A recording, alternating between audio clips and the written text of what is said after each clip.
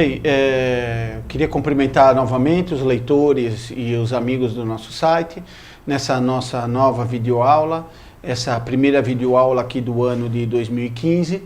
Queria aproveitar essa oportunidade para cumprimentar todos os nossos amigos, desejar para eles um bom ano, que Nossa Senhora proteja a todos, proteja o seu trabalho de apostolado, Deus abençoe. E que, se Deus quiser, nós tenhamos um ano com muitas lutas e muitas vitórias, porque evidentemente o ano que se aproxima e que está começando a transcorrer parece que vai ser um ano de muitas lutas. E na aula de hoje nós vamos ter aqui de novo o professor Marcelo Andrade, né? Dispensa apresentações para o nosso público, e nós vamos dar uma continuidade a uma aula que foi iniciada há algum tempo atrás, que é o livro da Paideia. O professor Marcelo Andrade tinha dado uma visão geral a respeito desse livro, e agora ele vai começar a detalhar as partes principais do livro. Nós vamos ver como realmente, nós que pensamos que estamos num século admirável, de grandes realizações, nós vamos ver como nós somos muito pouco comparado aos gregos. Mas antes de a gente tomar o início da aula, eu pediria para o professor Marcelo para nós rezarmos uma Ave Maria. Em nome do Pai, do Filho e do Espírito Santo. Amém. Ave Maria, cheia de graça, o Senhor é convosco. Bendito sois vós entre as mulheres, bendito é o fruto do vosso ventre, Jesus. Santa Maria, Mãe de Deus, rogai por nós, pecadores, agora e na hora de nossa morte. Amém. Ave Maria, cheia de graça, o Senhor é convosco. Bendito sois vós entre as mulheres, bendito é o fruto do vosso ventre, Jesus. Santa Maria, Mãe de Deus, rogai por nós, pecadores, agora e na hora de nossa morte. Amém. Conselho dos cristãos, rogai por São nós. Paulo, rogai por nós. do Pai e do Filho e do Santo. Amém. Bom, Marcelo, vamos retomar então a nossa aula aí. Tá certo. Então, na primeira aula nós vimos tivemos um panorama geral da Paideia, e agora nós vamos continuar seguindo a lógica do livro do Werner Jäger, dentro do possível, porque adiantando que tudo quanto se relaciona à Grécia, tudo é muito difícil, porque são temas altamente complexos, que permitem vários desdobramentos, né? Os experts, os autores, os estudiosos, por exemplo, no tema da Ilíada, que nós vamos abordar hoje, discorrem livros como esse daqui, por exemplo, sobre um tema da Ilíada. Então, fazer um detalhamento do mundo grego é algo que é quase impossível numa aula.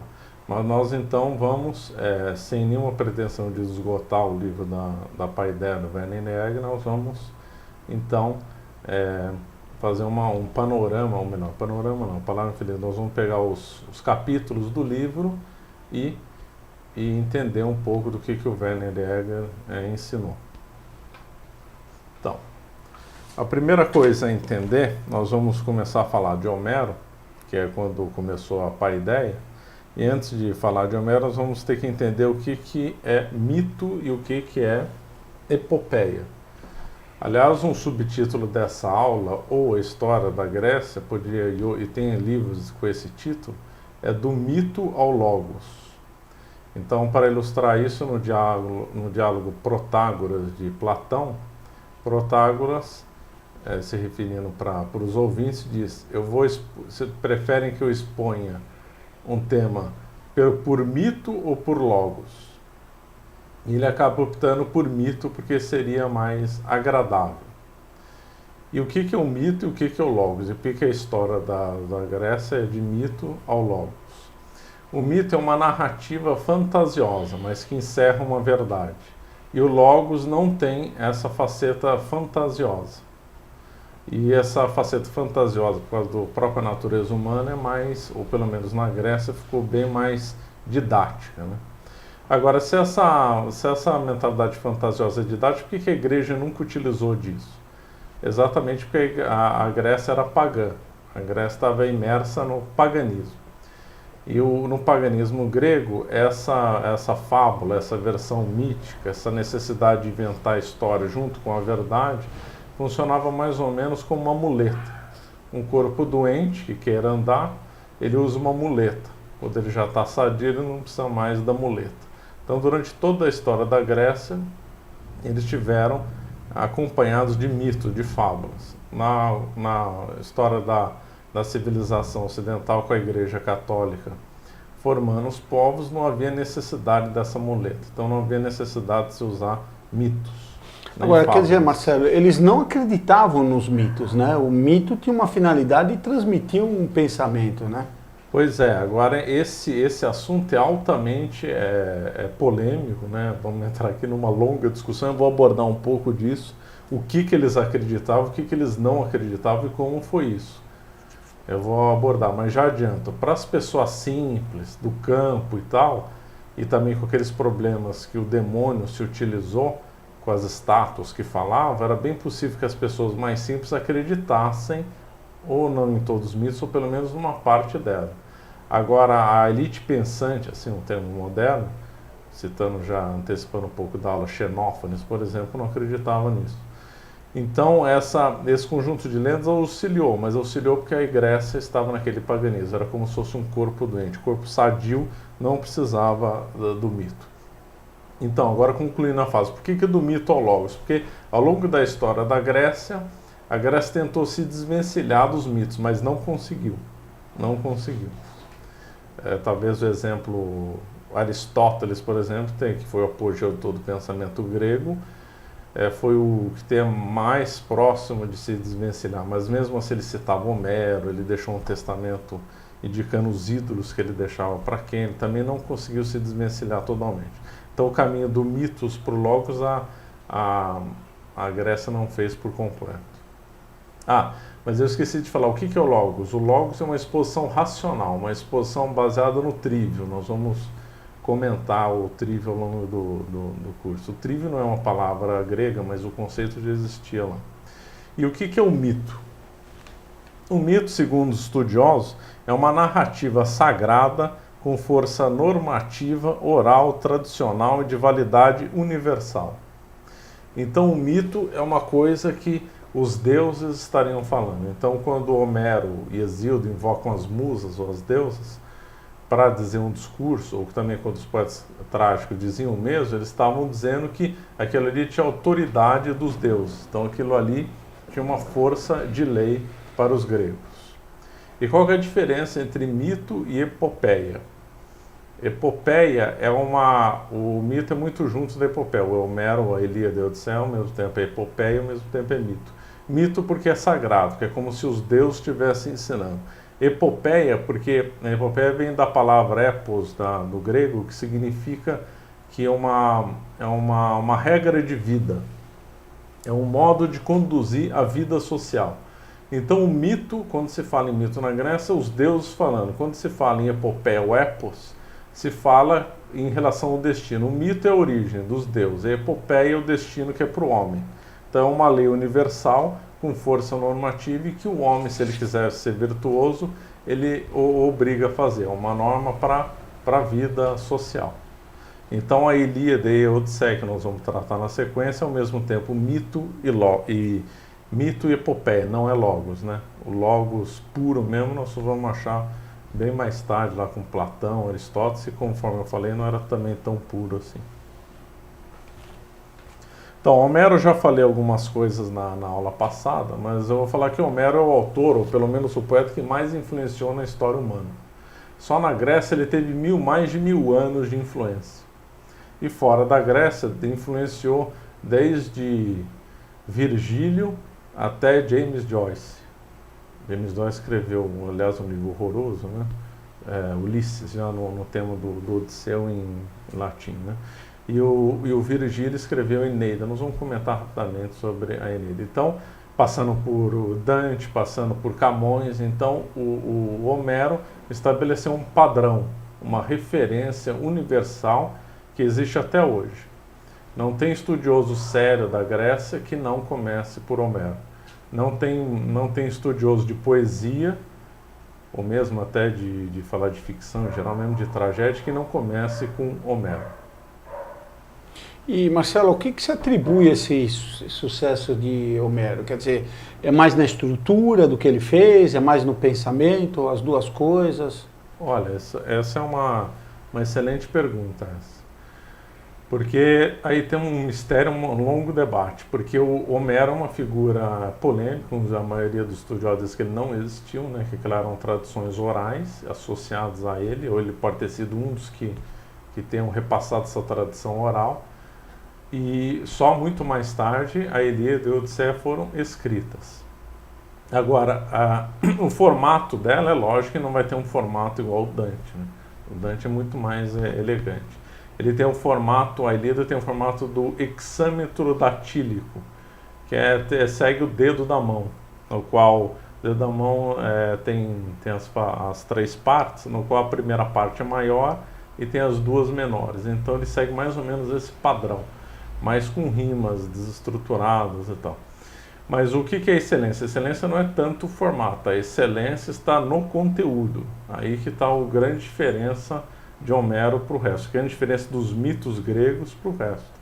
Por que a Índia não criou uma civilização do nível da Grécia? Por que o Vietnã não criou uma civilização do nível da Grécia? Todos eles tinham mitos. Aqui na América, os astecas tinham mitos, os incas tinham mitos. Por que eles não criaram uma civilização do nível da Grécia? Porque o conteúdo dos mitos dele não era do mesmo nível da Grécia. Agora a razão, por que o conteúdo deles era desse nível, não tem como saber. Ou melhor, se nós fôssemos resgatar a história humana, que houve um período de decadência, mesmo depois do dilúvio, houve, lógico, um novo período de decadência na história. Alguns supõem que os gregos tenham se decaído melhor, não na prática, porque entre os gregos havia infanticídio, havia sacrifícios humanos, havia um monte de sujeira, mas tinham preservado melhor uma tradição, uma tradição da chamada época de ouro, alguma referência, não tenham se perdido tanto. Nós vamos comentar rapidamente quando falar do mito da Pandora e do dilúvio grego, a gente pode voltar um pouco ao tema. Então agora, na sequência, nós vamos tratar então da Ilíada. A Ilíada é um poema um pouquinho longo, né? Aliás, é o poema mais longo que se tem notícia no Ocidente, tem 15.693 versos. Já adianto, quem quiser ler em português, quem não souber grego, claro, não consiga ler no original, leia do Odorico Mendes, é uma tradução histórica do português do século XIX, e atualmente tem a tradução do Frederico Lourenço, um autor português que está sendo muito elogiada pelos estudiosos, e tem edição recente das editoras modernas. Então é o Odorico Mendes, é o Frederico Lourenço, que são boas referências para o português. As crianças, a primeira coisa que as crianças aprendiam depois de ler, e as primeiras palavras, as primeiras letras, já era partir para Homero. Então por isso que Homero formou a Grécia, porque já desde as crianças pequenas, em tenra idade, até os maiores sábios estudavam Homero, até os que sabiam até tudo de cor, né? E o que as crianças sabiam de Homero? Sabiam tudo. Os sofistas diziam que Homero é como uma linguagem enciclopédia, não existia naquela época. Enciclopédia é uma criação do iluminismo francês, né? Mas era uma visão moderna. Homero era como uma enciclopédia, uma fonte de todo o saber na Grécia. Então, se quisesse uma questão, se interpretava alguma coisa da Ilíada ou da Odisseia. Nós vamos ver várias fontes, vários exemplos para ficar mais claro. Agora, por que os gregos tinham tanta devoção a Homero que o sábio tinha que decorar Homero? Agora, por que decorar Homero? Aí eu vou usar decorar significa uma palavra de origem latina, significa do coração. Os gregos faziam uma diferença que se perdeu hoje, ninguém mais faz essa diferença, mas uma diferença muito bonita, que está em Platão. Platão difere a memória da relembrança. O que significa isso? Relembrança é uma coisa que se esqueceu e que se retoma a memória, se volta a lembrar daquele tema. E segundo Platão, isso é para os ignorantes, para os menos sábios. Aqueles que realmente detêm ou querem alcançar sabedoria, tem que ter a memória. O que é a memória? Memória é aquilo que nunca saiu da mente, que nunca se perdeu. A distinção não é uma distinção boba, é uma distinção extremamente inteligente entre memória e relembrar, porque são dois conceitos diferentes, né?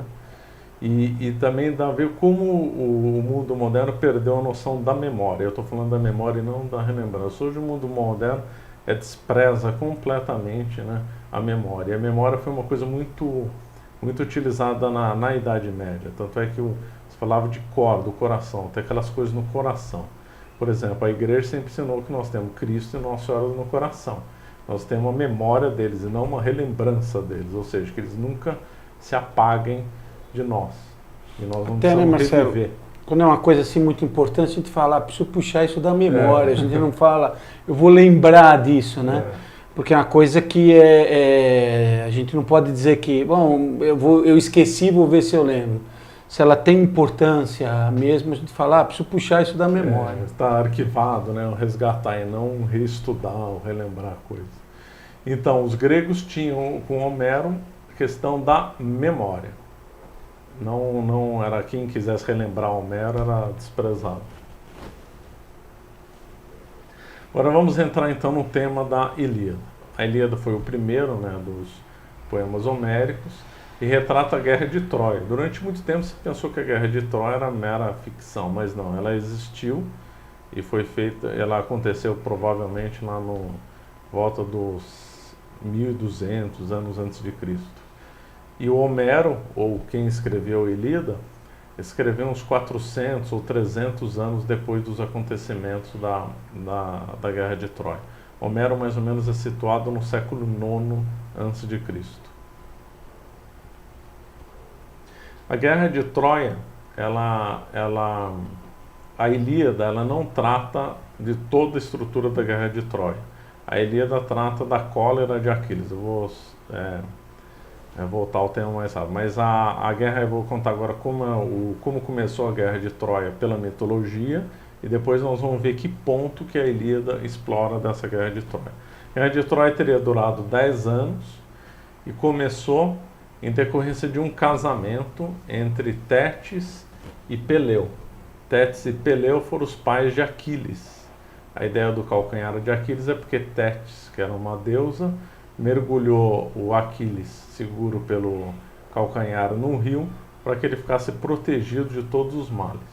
E é logicamente que ele vai morrer com uma flecha acertada bem no calcanhar dele, da expressão calcanhar de Aquiles. Nesse casamento, tudo na Grécia, todo o mito ele ensina, né? E esse casamento é bem interessante. O casamento entre o Peleu e a Tétis não foi convidada a Eris, que é a deusa da discórdia, porque num casamento ninguém quer que a discórdia venha, ninguém convida. Então, a deusa da discórdia não foi convidada, mas mesmo assim ela aparece. Que é um exemplo na vida, ninguém quer a discórdia, mas ela vai aparecer. Uma espécie de sogra, né? Ali, né? E o Homero é bem inteligente, tudo na Grécia ensina, né? A deusa da discórdia, Eris, é irmã de Ares, o deus da guerra, porque da discórdia na nossa guerra. E a descrição da discórdia na Ilíada é muito interessante, porque diz Homero que a Ilíada começa devagarzinho, até que o pé dela esteja no chão e a cabeça no céu, quer dizer, ela cresce até se tornar monstruosa, né? Então ela não foi convidada no casamento, mas ela apareceu. E ela colocou o que ficou conhecido na história como pomo da discórdia. Pomo é maçã, né? Ela colocou uma maçã de ouro com o seguinte título: quem é a mais bela? Havia 3 deusas que lutavam pela beleza, sempre explorando a vaidade feminina, né? Homero era muito inteligente nisso. Quando ele disse que a Helena era bonita, ele diz a Helena era bem penteada. Tema bem interessante. Hera, Afrodite e Atena disputaram para ver quem que era mais bela. Aí Zeus propôs para o filho do rei de Troia escolher quem que seria a mais bela das 3 deusas. A Afrodite ofereceu para Paris, quem escolher a contenda, o amor da mulher mais bonita do mundo, que é Helena. Hera prometeu o domínio da Europa e da Ásia, e Atena proibiu vencer em guerra. Esse termo, vencer uma grande guerra, parece completamente sem sentido, né? Como vencer uma grande guerra? Não é melhor já ser dono da Europa e da Ásia? É que a Grécia, para vencer uma batalha na Grécia Antiga, tinha uma conotação de arete e de sabedoria. Então Atena também era a deusa da sabedoria. Então aquele que vence a guerra, ele não é só um homem corajoso, ele não é só um general, mestre de campo. Não, ele também é um sábio e ele também tem um valor, ele tem muita virtude. Então, na realidade, quando se vê vencer na guerra, também tem que se associar a areté e a sabedoria. E aí o Paris escolhe, diz que a Afrodite é a mais bela das deusas. E só que tinha um problema, Helena era a mulher mais bonita do mundo, a Afrodite prometeu a Helena, e a Helena já era casada com Menelau, o rei Menelau. E o Paris rapta Helena. E nesse rapto, ele rapta a Helena e leva para Troia. Aí foi o estopim da guerra. O Menelau era irmão de Agamenon. Agamenon também supõe que talvez seja até uma pessoa histórica também. Que descobriram faz um tempo a figura dele, acho que num vaso, uma coisa. Nem todo, na guerra de Troia, parece que nem tudo seria só lenda ou mito, seria algumas figuras históricas. Então, pelas ligações, vamos dizer um termo que não era da Grécia, mas para entender mais fácil, por ligações e juramentos feudais, aconteceu a guerra. O líder máximo da campanha dos aqueus, hoje nós falamos gregos e troianos, mas não é bem correto, o correto seria falar aqueus e troianos. O líder máximo dos troianos foi Agamenon. Agamenon liderou então a guerra contra a Troia. Troia também teve alguns aliados, né? E esse então é o porquê começou a guerra de Troia. Agora a Ilíada não trata de todo esse sistema toda a guerra de Troia, desde o começo, meio e fim. Ela já vai para o final, a guerra de Troia durou 10 anos, ela vai lá mais ou menos, começa a Ilíada no 9º ano, mais ou menos. O tema principal da Ilíada é cólera de Aquiles. Aquiles é o modelo máximo da Grécia. Para exemplificar, nós vamos ver como que é o esquema em geral da Ilíada. Eu não vou ler os quase 16 mil versos da Ilíada. Então, no canto 1, nós vemos Agamenon se desentendendo com Aquiles. Esse desentendimento entre Aquiles e Agamenon é que vai dar uma das passagens mais bonitas da Ilíada. Bom, nós vamos ver aqui um esquema rápido da Ilíada, só para ver a sistematização, como não começa do início da Guerra de Troia. Aliás, o primeiro verso da Ilíada é Canta-me, ó deusa, a cólera de Aquiles. Então o tema principal é a cólera de Aquiles. Aquiles brigou com Agamenon por causa da Criseida. A Criseida era uma escrava que o Agamenon não tinha que devolver. E o oráculo teve uma visão dizendo que ele teria que devolver a Criseida. Ele não devolveu. E aí o Aquiles fica bravo com o Agamenon e os dois brigam.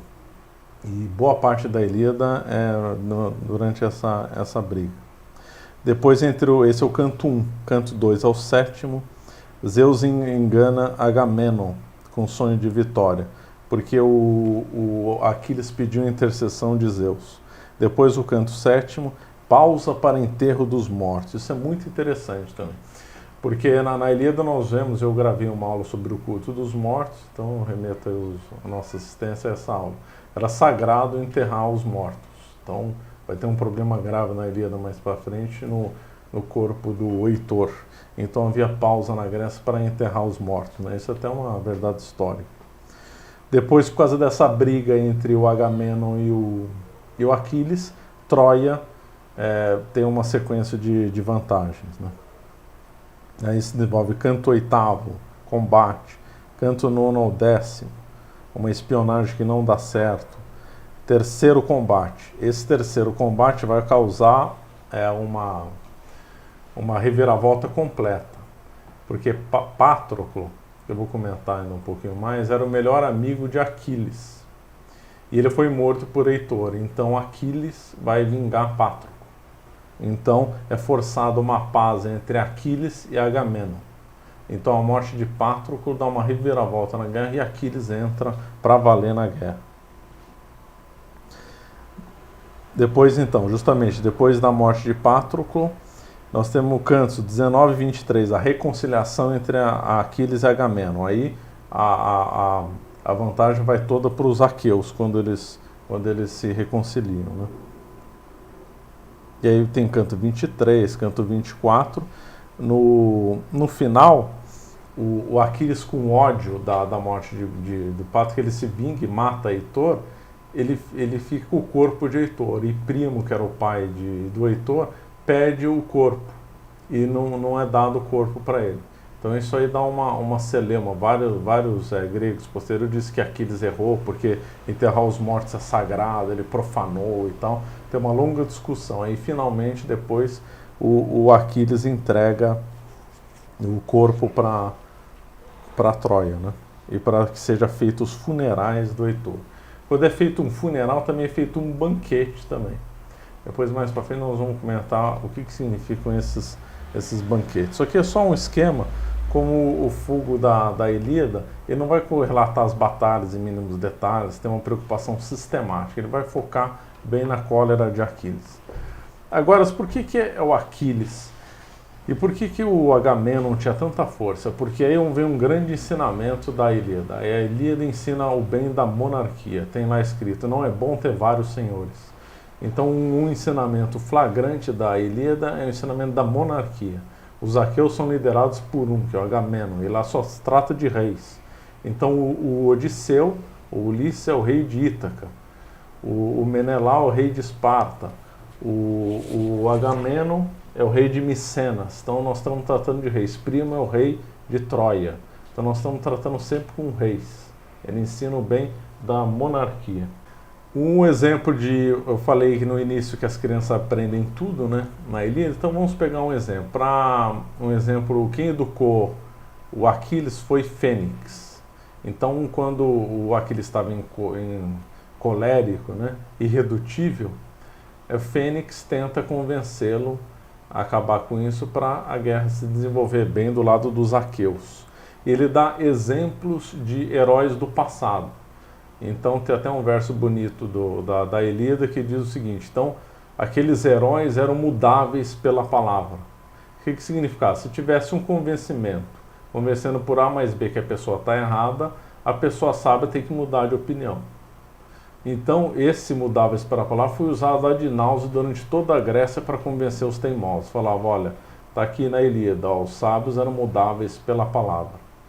Então esse é um ensinamento clássico da Ilíada, um exemplo do conselho. Os gregos gostavam muito de educar por conselho, por exemplo. Por isso que Aquiles é o modelo social por excelência de toda a Grécia, né? O Fênix também, num diálogo bonito, ele diz: os homens têm que ser educados para a palavra ou para a ação? Aí ele diz, para os dois. Palavra e ação significa aí também guerra, e artista significa vida ativa, vida contemplativa. Eu já estou usando um termo mais ligado à igreja.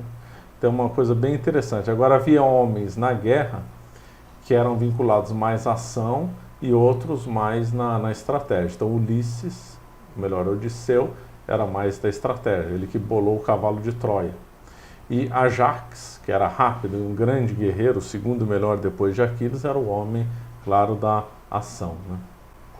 Então, há na Ilíada o chamado dilema de Aquiles, que é bem bonito. Então, é feita uma proposta, é feito com o oráculo, a mãe também de Aquiles falava, isso daí virou o conhecido durante toda a Grécia, o dilema de Aquiles. Aquiles, então, tinha duas propostas de vidas que foram apresentadas para ele. Primeiro, morrer na batalha jovem, mas como herói, e ser lembrado por todos sempre, ou viver até a velhice com uma vida boa, tranquila, normal, mas não ser lembrado e não ter nem feito nada heróico na vida. Ele faz a primeira escolha. Isso daí era um ensinamento máximo para as crianças gregas. As crianças gregas eram, então, induzidas a ser heróis, né? Ir na batalha, se entregar, fazer uma massa. Eu penso, por exemplo, em Leônidas, lá nos 300, né? Você sabe, Marcelo, que você contando tudo isso, eu me lembro do professor Orlando dando essa aula, da Grécia e Roma, que se dava antigamente, não sei se, acho que hoje em dia não se dá mais nada, mas no ginásio, para nós, o antigo ginásio, fundamental na 8ª série. Isso era em 1974. Eu estava vendo esse livro aqui que você citou. Esse autor nasceu em 1970.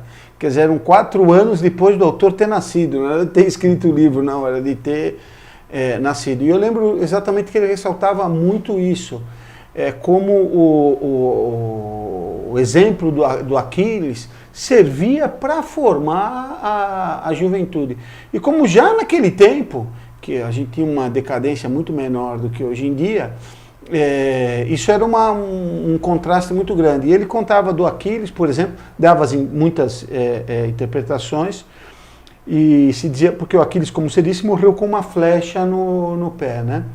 E ele dizia que possivelmente ele teria uma proteção, né, de ferro, de algum material, eu não, não me lembro dizer do que, e que estava desprotegido no calcanhar. Então uma flecha envenenada teria matado ele no calcanhar. Mas mostrava o heroísmo e a valentia dele. E eu me lembro disso, assim, e todo mundo gostava muito dessas aulas. É bastante impressionante toda essa influência grega até hoje em dia, né?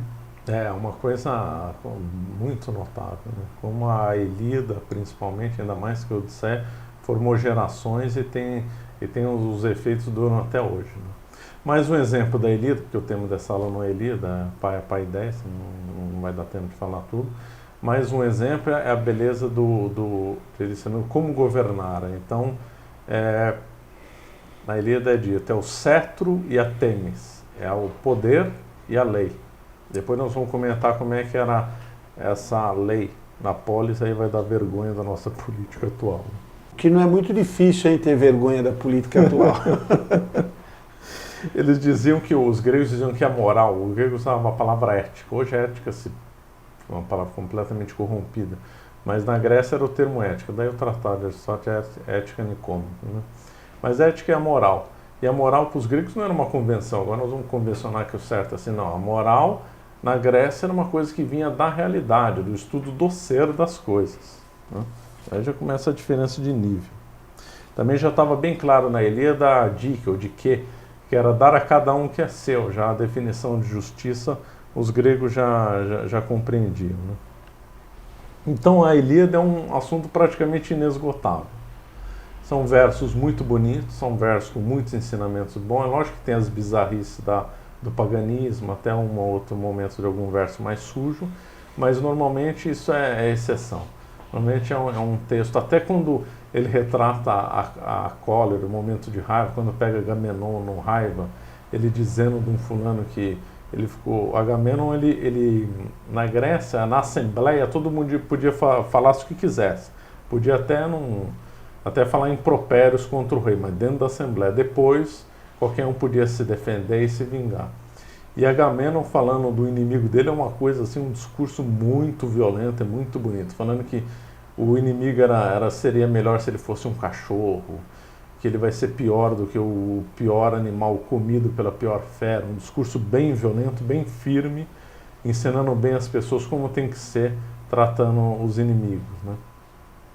Tratando os inimigos, aí é preciso fazer uma diferença, né? Não é que os gregos e pagãos tratavam o inimigo com muita crueldade. A Igreja Católica corrigiu isso, tratava os inimigos com caridade. O que tem que ser violenta é contra as ideias, né? Contra os inimigos nesse sentido, mas não abusar dos cativos, né? E não dos prisioneiros. Os gregos e romanos abusavam muito, era o mal do paganismo.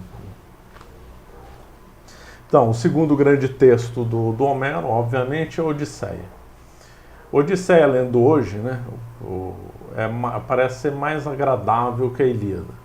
Porque a Odisseia faz a volta do Ulisses, tem uma sequência mais lógica, né? Não que a Ilíada não tenha lógica, é que a Ilíada não se prende muito ao tempo. E aí que é interessante, a Grécia, quando se referia aos deuses, o tempo era uma coisa meio nebulosa, não era importante, porque eles associavam os deuses à eternidade, que aliás é um ensinamento bem inteligente mesmo. E quando discorrem sobre o homem, fica com uma preocupação mais temporal. Então, a Odisseia, ela é mais, vamos dizer assim, mais sistemática, ela tem episódios. Eu já comentei de alguns episódios na aula passada, então eu não vou voltar. Comentei das sereias, comentei dos lotófagos, não comentei dos cíclopes, então vamos comentar dos cíclopes hoje. Um dos primeiros desafios do Odisseu foi o ciclo. Odisseia significa volta de Ulisses. Ulisses foi o sábio grego, né? E bolou o cavalo de Troia, e ele ficou 10 anos na guerra que durou Troia. Depois ele ia voltar para Ítaca, para os braços da mulher dele, que chamava Penélope. Ele já tinha um filho nascido chamado Telêmaco. Então ele deixou um filho recém-nascido, lutou na guerra de Troia e voltou.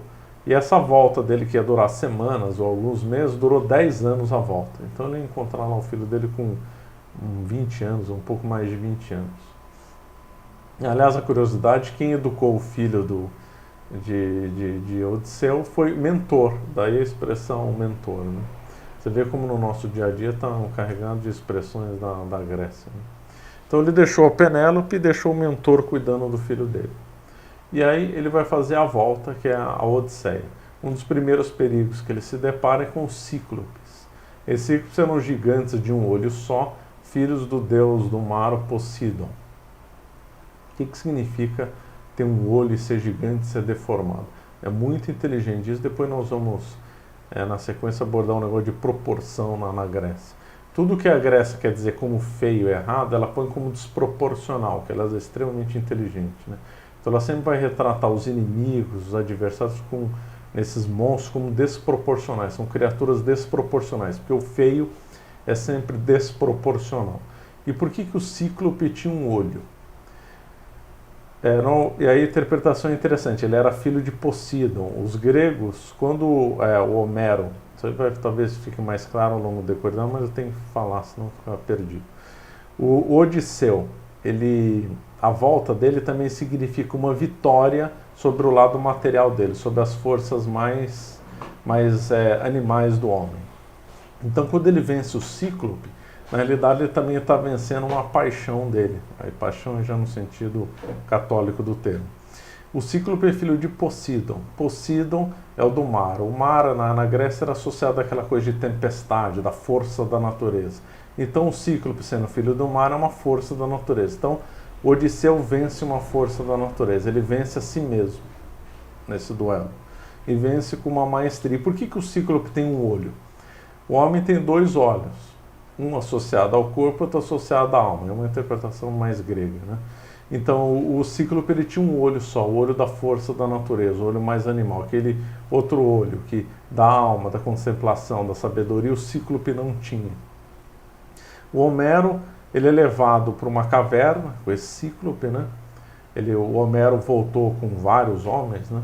Vários homens, aí nós diríamos, numa linguagem medieval, os vassalos, né? Então o Homero voltou com os vassalos, o Homero era o senhor, o rei, voltou com os vassalos nessa Odisseia. O cíclope captura e leva eles para uma caverna e começa a comer alguns dos homens de Odisseu. E Odisseu tem que bolar uma estratégia para sair. Odisseu era o mestre da estratégia. E o cíclope ele fecha sempre a caverna. Né? Aí o Homero viu que tinha vinho, dá vinho, embebeda o cíclope, pega uma coisa pontuda e fere o olho do cíclope. Quando ele está ferindo o olho do cíclope, ele feriu então aquele lado mais bruto, mais animalesco que eu comentei. Tudo é bem simbólico e bem instrutivo. Né? Agora, como é que vai sair da caverna? Né? O cíclope pergunta, quem que me feriu? Homero diz, ninguém. Então Odisseu se diz, ninguém. E aí quando ele diz, ninguém me feriu, os outros cíclopes não vão socorrê-lo, porque ele diz, ninguém me feriu. É um estratagema bem inteligente. Então Odisseu foi bem inteligente dizer que ninguém feriu o cíclope. Mas aí o cíclope tem que sair da caverna, só que ele sai da caverna e dentro da caverna tinha umas ovelhas que ele comia. Então ele se posiciona na saída da caverna tocando as ovelhas. Só ia deixar as ovelhas saírem e prender o Odisseu e os outros homens. Aí o que o Odisseu bola? Andar embaixo das ovelhas, de modo que tocando o cíclope não achasse. Ele consegue, escondido do cíclope, passar por meio das ovelhas. É uma estratégia bem inteligente e bem simbólica. Né?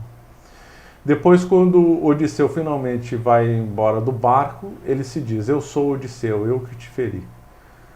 Aí ele dá um nome, ele se dá um nome. Aí também tem um outro detalhe, bem típico medieval, também bem típico na Grécia.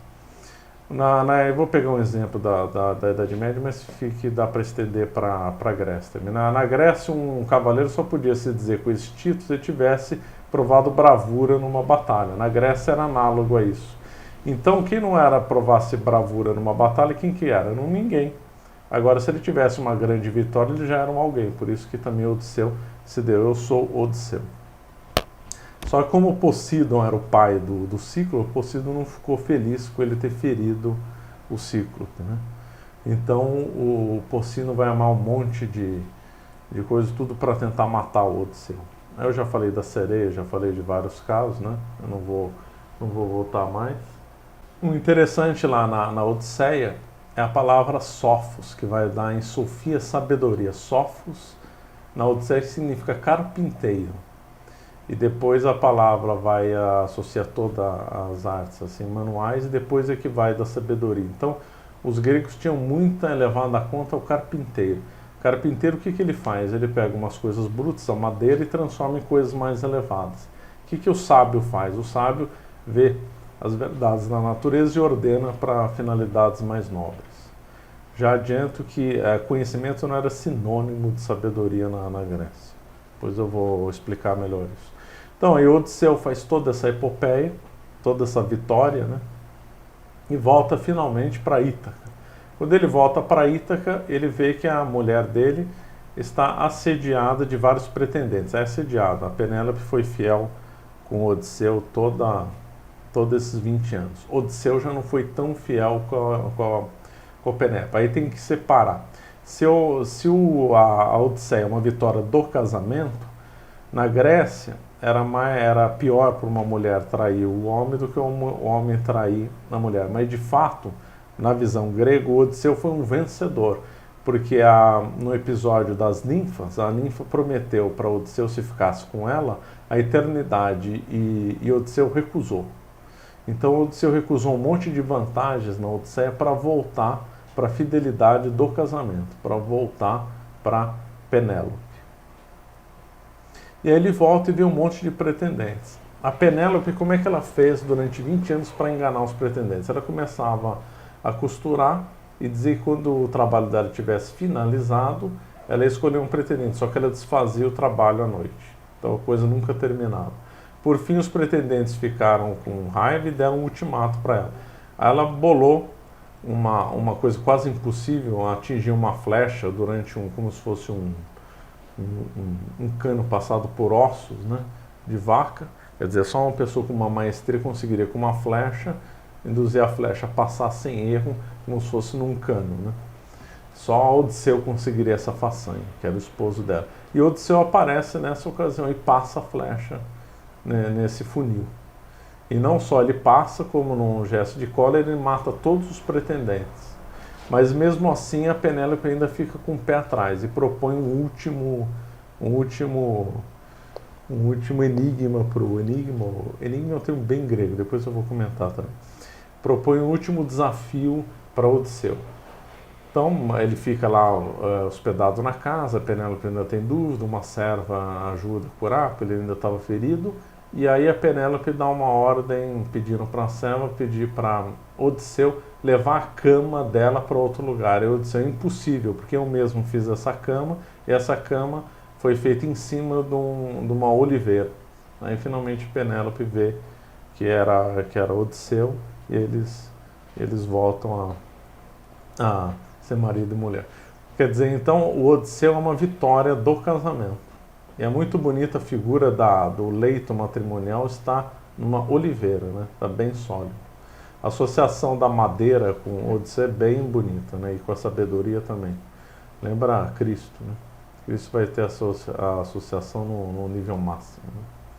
Eu esqueci de comentar uma coisa da Ilíada, que a Ilíada é tão denso que a gente começa a falar e acaba tendo que avançar, ela acaba esquecendo. Os aqueus venceram a guerra, conforme eu falei. Só que como fica aquela história do casamento? Afrodite perdeu então, né? Então, na realidade, qual que é o ensinamento da Grécia? O Paris, aliás, o Paris que mata Aquiles, né, na flechada, mas na realidade o Paris perde. A Troia perde. Então significa que a escolha do homem não pode ser pro amor físico, não pode ser pro amor carnal, se entrega à devassidão. A escolha mais certa é aquela referente aos ateus, a vitória na guerra. Então a deusa que no fundo se vinga, assim, entre aspas, né, isso é uma interpretação, não está na Ilíada, é justamente Atena. Atena é aquela que tinha prometido para Paris uma vitória heróica na guerra. E quem tem a vitória heróica na guerra são os aqueus. Então, o que está sendo ensinado na vitória dos aqueus na Ilíada? Está sendo ensinado para as pessoas recusarem o prazer físico e buscarem umas coisas mais elevadas. Sabedoria, o estratagema e a área eterna. Ou então, Marcelo, a gente vê que todas essas histórias, né, da Ilíada, dos gregos, não eram simplesmente histórias para se passar tempo, né? Elas tinham um grande ensinamento, né? Exatamente. Antes de passar, agora nós vamos deixar Homero de lado temporariamente, né? Porque nunca dá para deixar Homero de lado falando-se Grécia. Mas antes de encerrar, eu esqueci de falar da Eneida. Eneida de Virgílio se refere a Enéas, que era um sábio troiano. Então, conta o Virgílio vai fazer a Eneida em cima da viagem de Enéas, que vai até Roma. E a curiosidade é que ele leva o fogo sagrado de Troia. Tanto é que em Roma havia uma tradição que Roma também tinha o fogo sagrado de Troia, né? Então, a Guerra de Troia se estendeu até por essa visão do fogo até Roma, né? Depois de Homero, o grande nome, a grande devoção que os gregos tinham era Hesíodo. Hesíodo foi um outro poeta, bem no estilo homérico também, que ele escreveu o famoso Teogonia, os Trabalhos e os Dias e outros. O que o Hesíodo fez de importante? Eu já citei algumas coisas na primeira aula, vou falar o que eu não, dando a sequência, que eu não falei ainda. Ele sistematizou a origem dos deuses gregos, no Teogonia, e no Trabalho dos Dias ele também comenta umas outras coisas. Tudo que Homero não falou, ele acrescentou e sistematizou. Então é lá na Teogonia que nós vemos a origem de tudo, vemos Cronos, que é o pai de Zeus, Zeus traindo Cronos, etc. e tal. E agora uma oportunidade para nós, então, vermos qual que é a origem desses mitos. O que são esses deuses? De onde eles vieram? Existem algumas teorias ao longo da história. As duas dominantes é o evemerismo e a alegoria. O evemerismo é baseado em Evêmero, que já é um autor bem antigo, do século IV. Ele dizia que todos esses deuses, na realidade, eram homens, eram reis, ou heróis, ou grandes guerreiros, que foram transformados em deuses. Essa tese do evemerismo é muito forte e tem toda a razão de ser, porque como nós vimos na aula do culto aos mortos, de fato os gregos cultuavam os mortos como divindades. Então dali um passo para essas divindades se generalizarem, serem transformadas em deuses como Zeus, como Poseidon, são um passo. Então a tese de Evêmero é bem forte. Essa tese, o Santo Isidoro de Sevilha, vou comentar algumas coisas dele, dá razão para Evêmero, né, nessa história. E dá até a sequência e como que o demônio se apropriou disso. Então começou a se cultuar os mortos.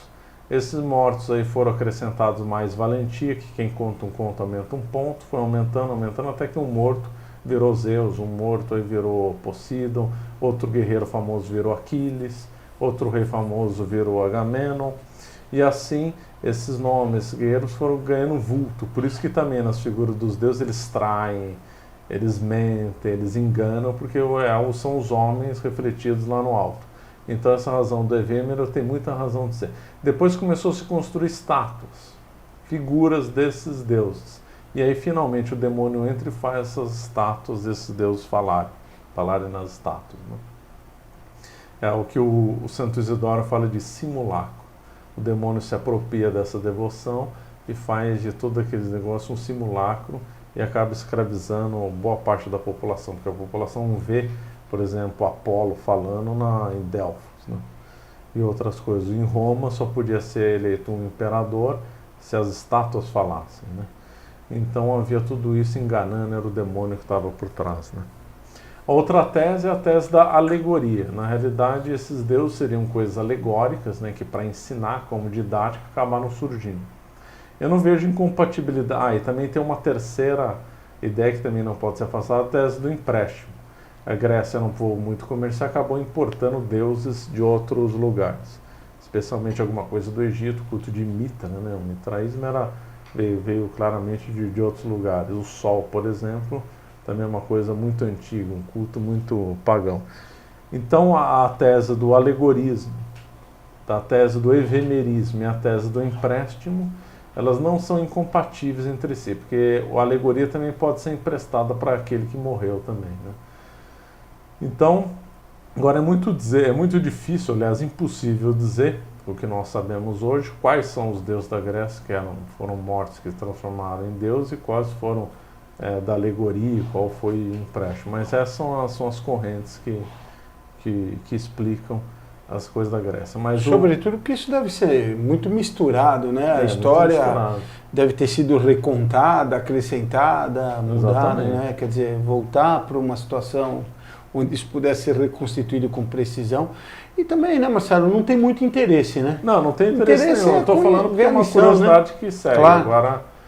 Mas o detalhe que nem hoje em dia, né, que se procura, não, o que de fato exatamente aconteceu. Não é. Aliás, é uma mania dos estudos atuais, é pegar detalhe. Então eu vi um estudo atual lá da Odisseia, pegando que na realidade a Sereno era num canto de umas focas que pelo eco a ilha... Isso é uma bobagem, perda de tempo completa, né? Então, aí a teogonia diz a história desses deuses, né? Toda história, não vou falar aqui os detalhes da mitologia, porque não é o tema. Agora eu vou comentar alguma interpretação inteligente do Santo Isidoro. Santo Isidoro viveu na Espanha visigótica, né? Lá no século VII. Você vê como a Idade Média era ignorante, porque no Tratado do Santo Isidoro, Etimologia, diz que a Terra era um globo com antípoda, já com a noção de polo, né? Por isso fica falando que na Idade Média acreditava que a Terra era chata, né? Lá no século VII, o Santo Isidoro tem um tratado de etimologia falando justamente que a Terra é um globo, né? Então, mas aí o Santo Isidoro comenta alguns deuses e dá as razões de ser deles, que é muito inteligente. Então, por exemplo, ele comentando sobre Hefesto. Hefesto é o vulcano dos romanos. Hefesto foi empurrado por Zeus do céu e caiu na terra. E Hefesto é o responsável pelo fogo. Ora, a coisa é muito simbólica, já que o raio faz fogo, né? Então, é lógico que o Hefesto caiu do céu para a terra. É bem simbólico. E mais, o Hefesto, quando caiu, ele ficou coxo. E ele é bem próprio do fogo, porque o fogo não anda em linha reta. O fogo é sempre uma labareda curva. Então, o Hefesto sempre anda torto, coxo. Então, essa é uma interpretação bem inteligente de Santo Isidoro. Outra, também Hermes, que para os romanos é Mercúrio. Aí que está também uma complicação.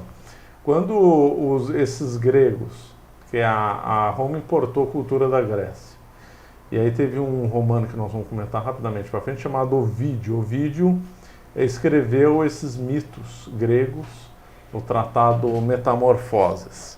Quando ele escreveu esse livro, houve uma simbiose, uma fusão entre deuses romanos e deuses gregos. Então, por exemplo, o Mercúrio dos romanos não era bem o Hermes dos gregos, mas acabou sendo juntado na história, assim como Saturno também não era e Hércules também não era. Porque houve vários Hércules ao longo da história, houve vários Posídons na Grécia, houve mais de um Édipo, depois nós vamos comentar de Édipo. Então, na Grécia era plural esses deuses, e às vezes com características sutis diferentes. Bom, mas vamos voltar ao tema. Então, Santo Isidoro interpretando Hermes, e o Hermes ele tem vários simbolismos. Ele é o deus da palavra, do correio, do comércio. Ele é o mensageiro dos deuses. Ora, o que se faz mensagem na época da Grécia, que não tinha internet, nem nada, era pela palavra. Então, e a palavra é rápida. Então, o Hermes era rápido, ele era sempre representado ao lado. Então, a mensagem era feita por palavra e a palavra sempre corre rápido. E o comércio também era feito pela palavra. Por isso que é compatível Hermes ter todo esse sentido. E Hermes vem a palavra da hermenêutica, né? Como interpretar um texto, também fazendo todo esse casamento. Outra coisa que Santo Isidoro interpreta interessante é Ares, o deus da guerra. Esse deus que é acorrentado em Esparta, né? Para vitória na guerra, nunca abandonar Esparta, eles acorrentavam os deuses, as estátuas dos deuses, né? O Ares tem lá no Areópago, né? Areópago é campo de Ares, lá em Atenas. Foi o lugar mais importante de Atenas, o lugar onde São Paulo fez as conversões, né? Do Dionísio Areopagita. E o verdadeiro, né? Não um pseudo, obviamente. Mas Ares, então, era uma figura bem interessante e bem cultuada na Grécia, era o deus da guerra. Ele era representado de peito aberto, porque quem vai para a guerra não pode ter medo. Ela dá representado de peito aberto. A Diana, essa interpretação do Santo Isidoro é bem interessante. Diana é ao mesmo tempo a deusa da vida selvagem e deusa do caminho também, ela é virgem. Aí Santo Isidoro explica por que ela tem que ser virgem sendo deusa dos caminhos. Porque no caminho não nasce nada. E o caminho normalmente passava por matas e pela vida selvagem, fazendo perfeito casamento da Diana, né? Outra, as Eríneas. Eríneas eram divindades gregas que amaldiçoavam o homem naquilo que o homem errasse. Então, o homem que se era entregue à luxúria, uma Erínia da luxúria atormentava o homem. Bem interessante esse pensamento grego. E essas Eríneas, elas tinham serpentes na cabeça e elas tinham asas de morcego, ou seja, era uma coisa horrorosa. Então, os gregos compreendiam certos vícios, como ele descrevia essas Eríneas. Então, largar a esposa, abandonar, atrair, era uma coisa muito feia. Então a Erínia tinha que ser feia, ela tinha que ser cabeça de serpente e asa de morcego, e atormentava o homem. Então, quer dizer, o homem, além de fazer uma coisa feia, ele era atormentado com o efeito disso, né? Os gregos quase compreenderam que uma punição do pecado é o próprio efeito do pecado, né? Coisa bem inteligente dos gregos. O fato de ter serpente no cabeça igual a Medusa, né, as górgonas, é bem interessante, porque a serpente é aquilo que sai da cabeça, aquilo que dos maus pensamentos, né, os maus pensamentos agressivos que podem até matar o homem, né, se o homem acaba cedendo a essa tentação. Daí a expressão de serpente, que é bem inteligente, né. Asa de morcego é um bicho horroroso, né, e que também anda só de noite, nas trevas. Então aquele homem que cai na gula, na avareza, tem sempre uma Erínia que caminha na noite, horrorosa e tal. E é cego, né, Marcelo? Não consegue ver, né? Não consegue ver. Esqueci de falar, eu falei da musa. Quem que eram as musas? Musa nunca vale sempre a pena frisar bem. Por que todo mundo invoca a musa, né? Musa é filha da Mnemóstenes, da memória. A musa é aquela que dá inspiração no homem nas artes. Então tem a musa da música, a musa da poesia, assim, etc. e tal. E por que ela é associada à memória? Eu já falei no começo, porque a arte na Grécia, ela tem uma finalidade, ela é ordenada para lembrar dos deuses. Então, a arte na Grécia, ao contrário do Renascimento, que era uma arte voltada para o homem, nitidamente antropocêntrica, na Grécia não. É verdade que a Grécia tinha o paganismo, mas era um passo mais elevado que o Renascimento nessa análise. E o Renascimento voltava a arte para o homem mesmo, e na Grécia não, voltava para os deuses. Então, a arte, ela tem que ser inspirada pelas musas, filha da Mnemóstenes, para o homem nunca ter em mente de perder a memória dos deuses. Todo o templo na Grécia tinha em alto relevo a história dos deuses, para ninguém esquecer. Ela sempre tinha essa didática. Então a musa é aquela que, ela ao mesmo tempo invoca uma autoridade, quem está falando é uma deusa, e ao mesmo tempo ela faz esse lema, entre o meio e a arte e o fim, os deuses que não podem ser esquecidos. Agora, encerrando a interpretação de Santo Isidoro, vamos citar duas passagens de Hesíodo bem interessantes. Uma é da Caixa de Pandora e a outra do Dilúvio. A Caixa de Pandora está lá nos Trabalhos e os Dias. O Prometeu que fez os homens na mitologia grega, ele tinha um irmão Epimeteu. Prometeu aquele que pensa antes de agir, e Epimeteu aquele que age sem pensar. Eram dois irmãos. Uma boa alegoria também. Prometeu dar conselhos para Epimeteu e Epimeteu não cumpre. Também é outro ensinamento bem interessante, tem que pensar antes de agir. A própria palavra do Prometeu já diz isso. E os deuses dotaram a Pandora, que seria a primeira mulher, com todas as virtudes possíveis. E Epimeteu se apaixonou por ela e casou com ela. Epimeteu tinha uma caixa. Na verdade era um jarro, que vai ficar para a história como uma caixa de Pandora.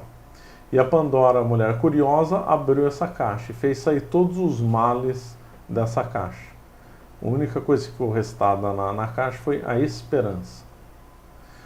Então o que significa? Significa isso, que isso é análogo, para não dizer igualzinho, o pecado original de Eva. Então o que os gregos estão falando? Estão indo contra a Eva ou não? Estão reafirmando que o pecado original não é uma invenção da Bíblia, não é uma invenção da igreja, é um fato histórico. O que prova que a Grécia e outros povos tinham essa mesma visão. Só que ao longo dos anos, quem conta um ponto aumenta um ponto, mudou de Eva para Pandora, da árvore do bem e do mal mudou para a caixa de Pandora. E é interessante ter ficado, a única virtude que ficou presente foi a esperança. Quer dizer, o homem ia ter esperança de uma redenção futura, né? De uma correção futura. E está claro na Bíblia, os gregos de alguma forma preservaram nos mitos. Outra coisa interessante dos gregos é o dilúvio. Um dos filhos de Prometeu chamado Deucalião. E Zeus resolve punir o mundo pela corrupção, pelos abusos, e envia águas para todo lado. E Deucalião e a esposa dele, Pirra, são os únicos sobreviventes. Eles montam um barco e sobrevivem ao dilúvio. Olha, o caso é igualzinho de Noé. Então, mais uma vez, esse caso aí, esse mito grego, prova uma verdade histórica do dilúvio. Já que e aliás, o dilúvio é uma das coisas que tem mais em todo lugar, né? No Peru também tem. Então, em todo lugar tem a figura do dilúvio, provando que foi um evento histórico. No Peru, a coisa é tão impressionante que não só fala de um homem com uma mulher que sobreviveram, mas também que ele tinha 3 filhos também. Igualzinho de Noé. Então, na Grécia também tinha o dilúvio também. Mas o século XX não acredita porque não tem a foto, né? Não tem a foto. Como não tem a foto lá do dilúvio, né? Não saiu no jornal, na internet, então logo não existiu o dilúvio, está provado, né? Está provado. Quando é um mito contra a igreja, aí todo mundo aceita rapidinho. Agora, né? se inventem uma fábula, uma tonteria qualquer aí, todo mundo acredita. Bom, muito bem. Agora na sequência da Paideia, depois de abordado Homero, Hesíodo, nós vamos para a polis. O desenvolvimento da polis. Hoje parece ser uma coisa completamente nonsense associar a política com Paideia, né? O que a política tem a ver com a formação do cidadão? Não sei por via indireta, financiar uma escola, por exemplo. Mas naquela época não. Naquela época, próprio ser da polis, os próprios princípios que regiam a polis, eram uma paideia. Então, pegando mais uma vez um verso da Ilíada, citado por Aristóteles na Política, de Aristóteles. Então, na Ilíada, Homero desprezando um fulano. Então, desprezando um fulano, ele diz, é um fulano sem lei, sem família e sem lar. Essa frase é esplêndida, né? Por quê? Porque é o seguinte, o lar era da lareira, né? Acho que a expressão que é usada lá é lareira. Lareira na Grécia, ou lar, não significa só a casa onde o fulano mora, significa onde ele vai render o culto dele para os deuses dele, ou seja, significa a religião. Então a polis correta tem que ter a religião. Segundo, um ser sem família, desprezível, é lógico, o homem tem que ter a família, porque a polis, a base da polis é a família. Eu já falei isso em outras aulas, eu não vou repetir. E depois, finalmente, lei. A polis é fundamento na lei. Então a polis tem 3 fundamentos. Tem um fundamento na família, na lei e na religião. Hoje, no século XXI, que se acha o máximo, nós temos esses 3 pilares por água abaixo. Estão destruindo a família, estão destruindo as leis e destruindo a religião. Nós estamos justamente, o século XXI vive o homem amaldiçoado de Homero na Ilíada. Então os 3 fundamentos da polis estão lá na Ilíada dessa forma brilhante. Isso é lógico que é uma paideia. Só a polis ter esses 3 fundamentos já ensina qualquer criança. E mais, quando Platão discorreu de forma espetacular sobre as virtudes, ele não tirou do nada. Ele tirou do que já era consagrado nas polis gregas. As 4 virtudes cardeais, a fortaleza, a justiça, a prudência, a temperança, já estavam presentes na polis grega. Toda a polis grega, o rei a Grécia sofreu uma longa decadência de monarquia, aristocracia e democracia. Tem uma outra aula nossa tratando disso. Então, a polis, pela própria natureza de ser dela, ela já ensinava essas 4 virtudes que Platão extraiu disso. O nível de discussão da polis era tão elevado, eles tinham tanta vinculação com Homero, que Solon, né, o grande Solon, escreveu um tratado de política em poesia, né, em forma de poema. É a mesma coisa pegar aqui os nossos governantes e fazer para escrever. Eles mal sabem assinar o próprio nome.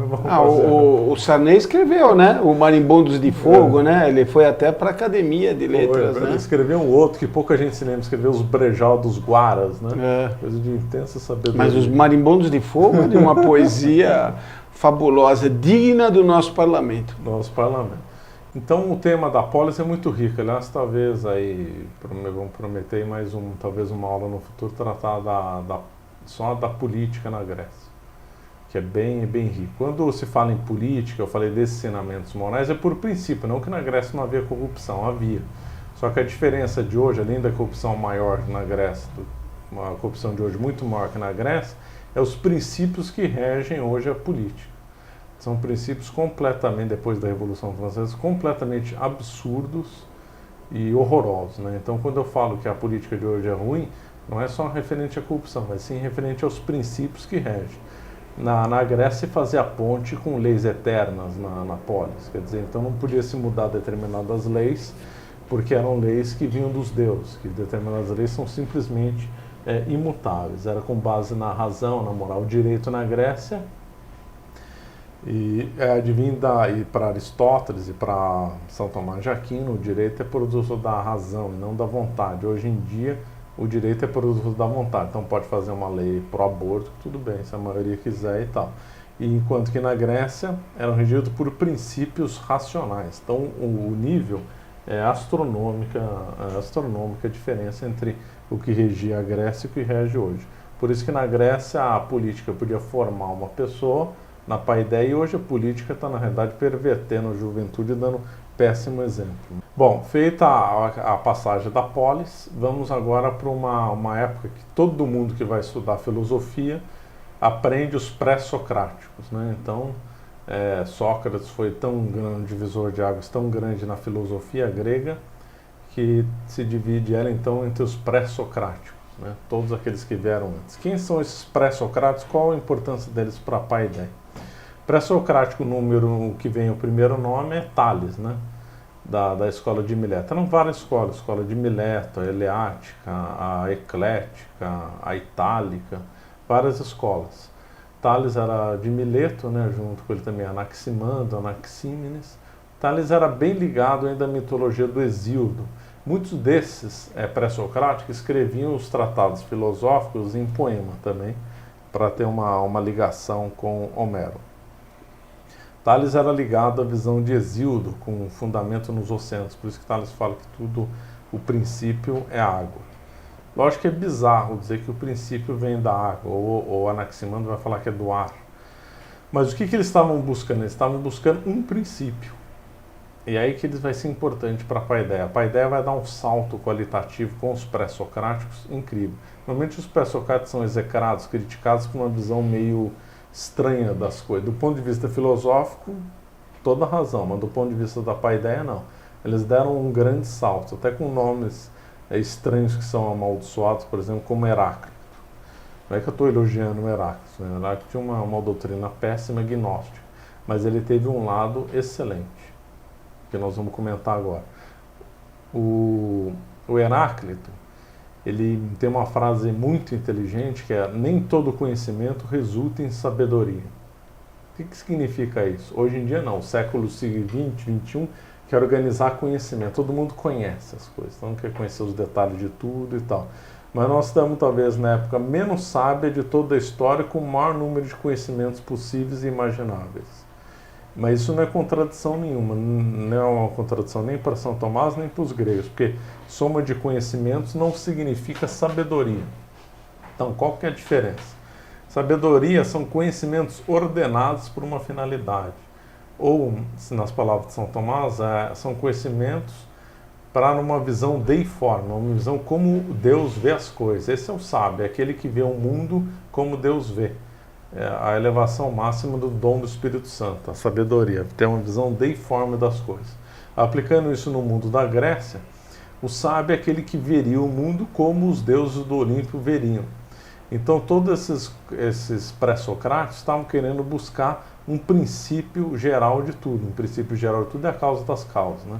Xenófanes chegou perto quando ele critica os deuses, dizendo que aquilo lá tudo era uma mentira, que não tem sentido Deus ter todos aqueles defeitos, e que tem que ter um Deus supremo que não tenha defeito nenhum.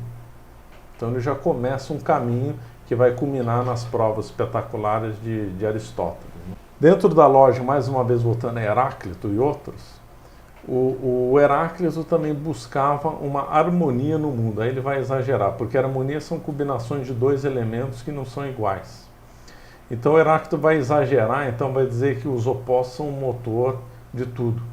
E aí outros filósofos vão para o erro oposto, não, que as diferenças são mera ficção. Vai ser a gnose e o panteísmo na Grécia, se apresentando bem na escola pré-socrática. Mas qual que é o pensamento, o que foi bom no Heráclito e outros, não só dele? Foi reunir as coisas num mesmo princípio e mais, entender o mundo, essa palavra cosmos, que é tão bonita, significa um mundo ordenado. Então, mesmo princípio regulando as coisas e vendo o mundo, na palavra grega, cosmos, um todo ordenado. E um todo autossemelhante. Eu já usei essa palavra na primeira aula, agora vamos explorar ela um pouquinho mais.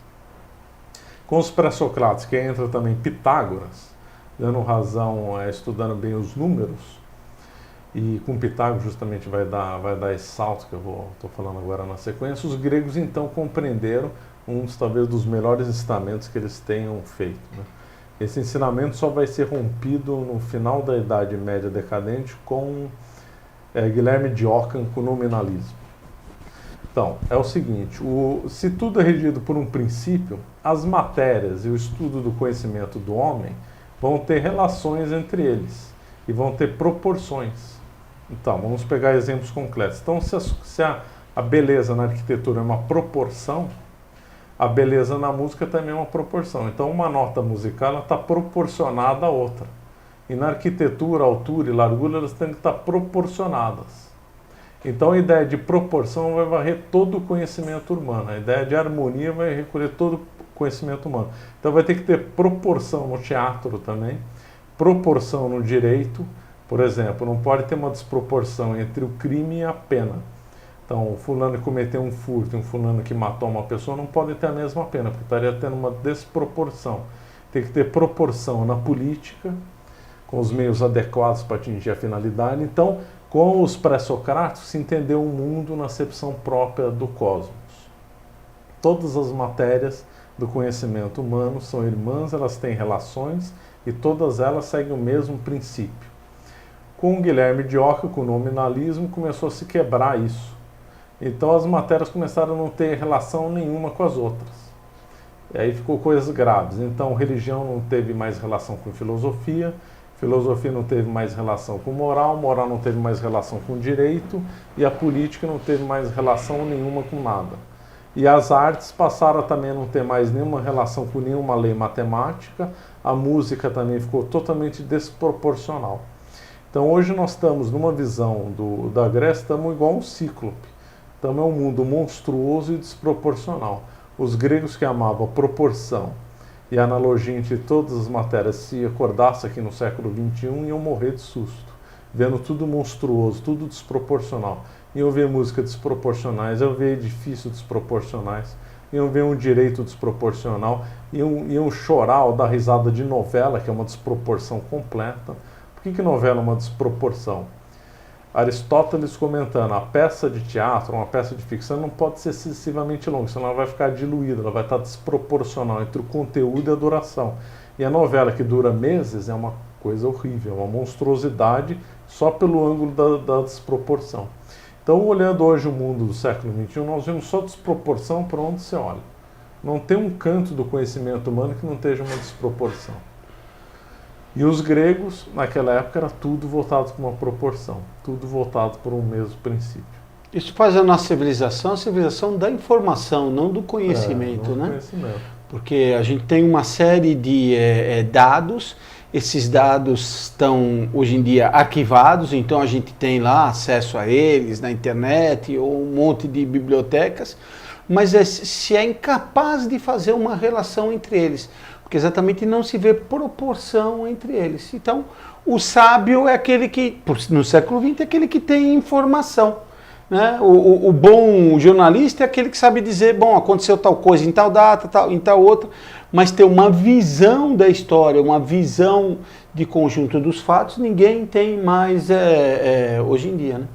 É verdade. O bonito é que os gregos compreenderam que isso é devido a ter um mesmo princípio que regula as coisas, que vai culminar na prova da existência de Deus. Se Deus é o Criador e fez tudo na Bíblia em proporção, número e peso, e o mundo é análogo a Deus, então todas as coisas que Deus criou são compatíveis entre si, vão ser regidas por mesmas leis. É lógico que cada ciência vai ter uma lei específica, mas os princípios gerais têm que ser o mesmo, senão fica uma coisa completamente louca. E na Grécia isso era levado tanto que Tucídides, que nós vamos comentar rapidamente, usou um termo da medicina para explicar. Eles viam que todas as coisas tinham relações, né?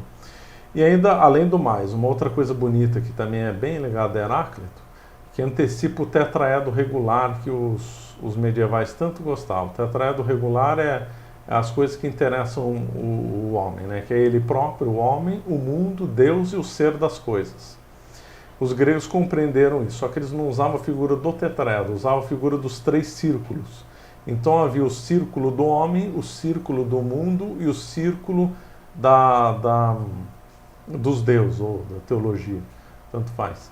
E todos esses ciclos e todos esses círculos eram unidos pela natureza, pelo ser, pelo estudo do ser. Então já na Grécia Antiga já havia essa ideia tão bonita do tetraedro regular, só compreendido pelos círculos. Por isso que agora fica fácil entender o Odisseu. O Odisseu, com as vitórias externas que ele teve, vitórias no mundo, também significa uma vitória interna dele, do homem. Um homem que conhece a si mesmo, conhece o mundo e a divindade. Então, quando Protágoras diz, o homem conhece, melhor, Sócrates, né? Diz, o homem conhece a ti mesmo, isso também significa conhecer o mundo e, por tabela, a divindade. Quando também Protágoras diz, o homem é medida de todas as coisas, também vai se espelhar também no cosmos e em Deus. Agora, o que os gregos erraram, porque isso só foi possível, foi a Igreja Católica, é que aí vem a gnose, o panteísmo atrapalhar tudo, porque a visão correta desses ciclos é a visão análoga, e não uma visão de identidade, que daria no panteísmo uma visão de... Bom, essa visão panteísta eles tinham muito mais clara do que a visão gnóstica, porque a visão gnóstica vai negar um liame entre o mundo e Deus, né? E na Grécia era mais difícil ter uma visão gnóstica por causa dessa compreensão do mesmo princípio regulando tudo e da visão das coisas análogas. Bom, então aí na sequência do Werner Egg, depois do pré-socrático, eles abordam os Ésquilo, vai abordar a tragédia grega, com o primeiro nome Ésquilo. O que tem a ver tragédia grega com o paideia? Normalmente hoje o fulano que vai ao teatro é uma mera diversão, o fulano passatempo, hoje seria o cinema, né? Um passatempo e tal. Não, a tragédia na Grécia era feita também para formar o cidadão. E era também sempre fazendo alguma referência com Homero. A primeira grande figura de vulto foi Ésquilo. Escreveu 7 contra Tebas, os persas, e prometeu acorrentado que hoje em dia estão dizendo que não é dele, mas historicamente era associado a ele, né? Depois de Ésquilo veio Sófocles. Sófocles escreveu o mais famoso, escreveu Antígona, escreveu o mais famoso dele, o Édipo. Aí vamos comentar rapidamente do Édipo. Já adianta, aquela interpretação que o Freud deu do Édipo não tem absolutamente nada a ver com o mundo grego. Uma coisa completamente delirante. Não sou eu que vou falar aqui se vai ter alguma aula da Monfort sobre o Freud, mas o Freud era adepto da cabala, então ele aplicou uma cabala na psicanálise. Mas ele forçou uma interpretação de Édipo que tem absolutamente nada a ver com os gregos. Só ver o que os gregos pensavam da coisa e confrontar com o que o Freud comentou, viu que não tem nada a ver. Absolutamente nada a ver.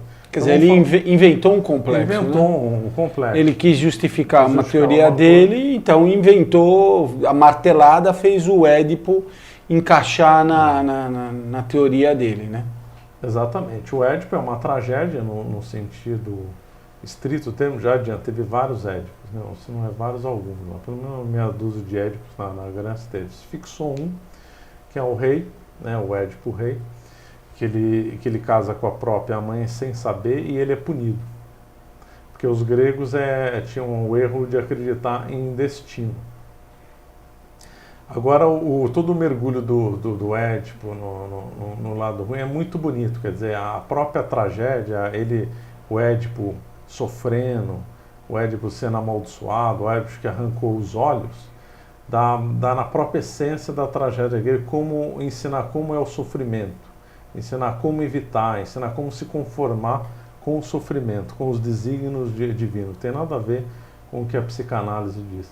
A própria fase que a Esfinge diz para Édipo, falando qual que é o animal que anda com quatro, depois 2, depois 3, ele fala o homem, já diz isso, porque compreendendo o homem, você vai compreender o mundo e Deus. É a típica coisa. Por que sempre tem enigma na tragédia e sempre tem enigma nos mitos? É uma outra analogia bem interessante que os gregos faziam. Os gregos olham para o mundo e veem que o mundo é enigmático. Então, nada melhor do que fazer uma analogia do mundo na tragédia, também pôr enigmas na tragédia. Já que o mundo é enigmático, vamos colocar enigmas nas histórias. E depois, quando o Édipo arranca os olhos, fala olhos que viram o que não deveriam ver e que não viram o que deveriam ver, aí sim entra uma certa gnose aí, amaldiçoando o olho que nos faz ver a realidade. Então, o Édipo, ele é um ensinamento meio gnóstico que avançou na Grécia. Agora, como que esses ensinamentos gnósticos, assim, já mais sistemáticos, avançaram na Grécia? Avançaram pelas religiões de mistério. O próprio Ésquilo foi iniciado em Eleusis. Alguns autores contestam que ele é iniciado em Eleusis, mas ele tem uns versos elogiando Eleusis. Ele chegou a ser, quase morreu por ter revelado uns segredos de Eleusis num teatro. Então, não só nas Eleus, nos ciclos pitagóricos, nos ciclos mitriáticos, nos ciclos órficos, toda religião de mistério havia uma gnose encerrada. Essas religiões de mistérios, essas sim, interpretavam qualquer coisa na Grécia como uma gnose. A visão vou repetindo, a visão dos filósofos tendia mais ao panteísmo que na gnose. Agora, nas religiões de mistério, a gnose corria solta. Essa do Édipo é claramente um enxerto gnóstico que o Sófocles colocou lá. É interessante até fazer uma comparação que você fez, que falou do Cíclope, né? Que ele ali, o Cíclope tinha um olho só porque o conhecimento dele era muito rasteiro. Quer dizer, eles tinham muito essa relação da visão com o conhecimento. E exatamente o Édipo, furando os olhos dele, ele está renegando o conhecimento, né? O verdadeiro conhecimento não se tinha através da inteligência. Isso que ele vai se revoltar. Isso eu me lembro também da aula do professor, que eu comentei aqui no começo, quando o professor ensinava isso daqui para a gente na escola. Imagina só, hein? Na oitava série. E tem o professor Orlando comentando muito bem sobre isso no Labirinto do Eco, sobre o Édipo. E ainda o Édipo se considera lá com o Tiresias. O Tiresias, ele mora no reino de Hades, do subterrâneo. Então, dando a entender que a verdade está no subterrâneo. Né? Aliás, Odisseu também vai no subterrâneo também. Odisseu se encontra com Tiresias no subterrâneo. Por isso que também Virgílio vai levar o Enéas no subterrâneo, no inferno. O inferno significa lugar inferior, né? E também Dante vai ter que, usando o Virgílio, também vai levar um passeio no inferno. Tudo isso daí está com base em Homero na Odisseia. Então, dando a sequência, né? Todas essas tragédias aqui são interessantes, né? Que nós não temos tempo de avançar. Outro que é citado como da paideia muito bom é Eurípides. Eurípides, o mais famoso dele, que é a Medeia. Medeia é muito interessante. De vez em quando, em São Paulo é encenado Medeia. Uma vez eu fui assistir há um tempo atrás, já para a memória já há quanto tempo, eu adorei a Medeia, muito bem representada. Por que a Medeia é tão interessante? Porque a Medeia coloca o pecado original no teatro. Não que os gregos davam o nome de pecado original. Mas, qual que é a história da Medeia? A Medeia era casada com o Jasão. Medeia era casada com o Jasão. E para se vingar de Jasão, ela mata os próprios filhos, que é o ponto culminante. É o ponto culminante, talvez, da maior tragédia da história da Grécia, é quando Medeia mata os próprios filhos. Agora, o que é inteligente na tragédia é que ela não mata os próprios filhos porque odiava. Não mata os próprios filhos porque enlouqueceu. Ela matou os próprios filhos sabendo que era errado matar. Antes de matar, ela diz, eu amo meus filhos. E vai lá e mata para se vingar. Que o vídeo coloca na Metamorfose uma frase que ficou lapidária, todo mundo repete, que até lembra a frase paulina, né? Que é, vejo o bem, aprovo e faço o mal. É próprio do homem sobre o pecado original, né? São Paulo tem isso. Fiz o mal que não quis e não fiz o bem que quis, né? Quer dizer, os gregos lá atrás compreenderam o pecado original, só não deram o nome. E essa Medeia, que é um grande ensinamento, compreende isso. Quer dizer, ela faz o mal sabendo que é o mal, compreendendo o bem. Não é que ela foi enganada, iludida, não tinha compreensão das coisas, estava no acesso de loucura, não. É a própria compreensão disso que eu falei.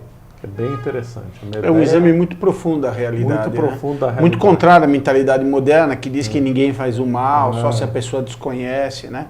E os gregos, exatamente por causa do pecado original, como você disse, eles não conheciam, né? Mas eles, olhando a realidade, eles viam que tem gente que acaba fazendo o mal pelo mal. Exatamente. Eles não põem a culpa na sociedade, não põem a culpa nos genes, não preocupa nada, foi um entendimento muito correto da psique humana. Psique é uma palavra grega, né? Um entendimento muito correto da psique humana.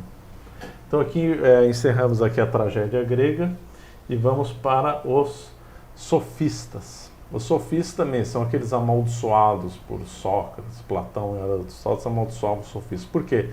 Porque os sofistas, e aliás virou o termo aí, sofismo, eles queriam, mesmo defender uma mentira, como eles tinham uma melhor retórica, vencer uma discussão. Então, com razão, né, Sócrates e outros argumentavam que os sofistas agiam de má fé, porque você não pode usar da boa retórica para ensinar uma mentira, né? Tem que sempre ensinar a verdade. Aliás, o Platão é muito inteligente, diz que tiranos e sofistas são mentirosos. Então ele coloca os tiranos como mentirosos, porque na polis só pode falar a verdade. Então, mas os sofistas foram esplêndidos na história da educação. Apesar desse lado horroroso, e com razão Sócrates, Platão e Aristóteles criticaram muito bem, mas os sofistas, o Werner Egg dá uma importância cabal para os sofistas na história da paideia e na história da educação. Por quê? Curiosamente, eles criticavam muito Homero. E também tem um lado muito interessante, talvez eles tenham sido as primeiras pessoas na história a condenar a escravidão, já que a escravidão tinha sido afirmada como correta por Aristóteles e Platão, e muitos sofistas eram contra a escravidão, dizendo que era uma coisa que não tinha base na razão. Com total, nisso eles não mentiram. Mas por que os sofistas eles eram tão importantes? Simplesmente porque está com eles, né, só não era o mesmo nome, o Trivium e o Quadrivium. O Trivium e o Quadrivium, que formaram toda a Idade Média, estavam no sofistas, só não tinha esse nome.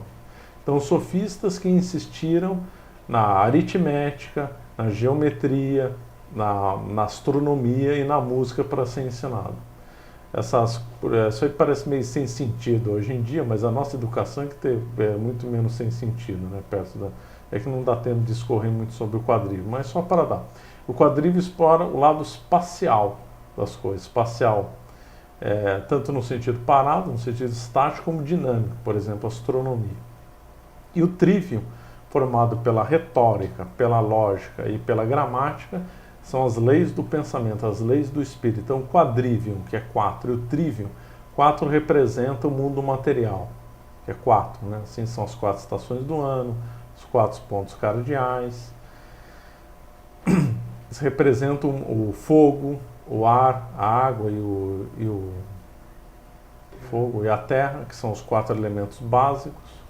representa o mundo material, que era associado ao quadrívio. Então o homem tem que estudar o mundo material e o mundo espiritual, que é representado pelo número 3. Mesmo sem conhecer a Santíssima Trindade, os gregos já associavam o 3 a algo espiritual. Então foram os sofistas que insistiram no trívio e no quadrívio. Eles eram os mestres da retórica, né? É muito associado a eles terem sido os primeiros advogados, né? As palavras, advogados no sentido do advogado, aquele que defende com boa retórica, né? Então, só por esse ponto, ele já tem uma coisa muito importante na educação e na paideia. O Werner Jäger elogia demais a sofística por causa desse salto qualitativo que foi importante para toda a história, para toda a Idade Média. Infelizmente, se abandonou o estudo do trívio e do quadrívio e o resultado está aí, né? A Grécia, com a paideia, produziu Aristóteles. A Idade Média, com o trívio e o quadrívio, produziu São Tomás de Aquino. E hoje, o século XX, com uma sistemática de matérias, produziu quem de inteligente? Um monte de assassinos, né? De assassino. Quer dizer, nós não temos mais... o ensino nosso está completamente, né, decadente, infelizmente. Então, vamos concluir essa aula, que já está avançando bastante. Aliás, já te adiantar, vai ter que ter uma terceira aula só para comentar de Platão. Platão é muito rico, apogeu da paideia com Platão. Não que ele tenha sido mais que Homero, como ele subiu em cima de Homero, ele conseguiu enxergar mais. Mas Platão é tão rico, mas tão rico na paideia, que tem que ter uma aula só para discorrer sobre ele. Nós vamos concluir com isso na paideia histórica, com Tucídides. Até a história dava uma paideia. E Tucídides é o exemplo disso. Tucídides foi o primeiro historiador, o que se tem notícia pelo menos, o primeiro historiador que tem investigado os fatos históricos de modo racional. Até então na Grécia se dava desculpa, não, aconteceu a guerra porque os deuses quiseram, aconteceu isso porque os deuses quiseram. Não, Tucídides buscou razões para a história. Então, nas intermináveis guerras entre Atenas e Esparta, então ele explica que numa guerra que Atenas não tinha declarado guerra, Esparta tinha declarado guerra a outra cidade, Esparta declarou guerra a Atenas para Atenas não se fortalecer. Então ele está dando uma explicação racional para a guerra, que foi um dos primeiros a fazer isso em toda a história. E o que isso tem a ver com paideia? Como tudo se relaciona, até o Tucídides utilizou uma palavra da medicina, de causa, né, para explicar a coisa na história, significando que com os erros do passado se aprende as coisas. Então Tucídides explicando, olha, o rei fez isso e errou, então hoje em dia não faça a mesma coisa que ele fez, porque vai errar também. Então ele atribui a causas, uma relação de causa e efeito na história como nunca tinha sido. Hoje parece, mas é óbvio fazer isso. Mas é óbvio hoje, né? Que nós temos séculos aí de história.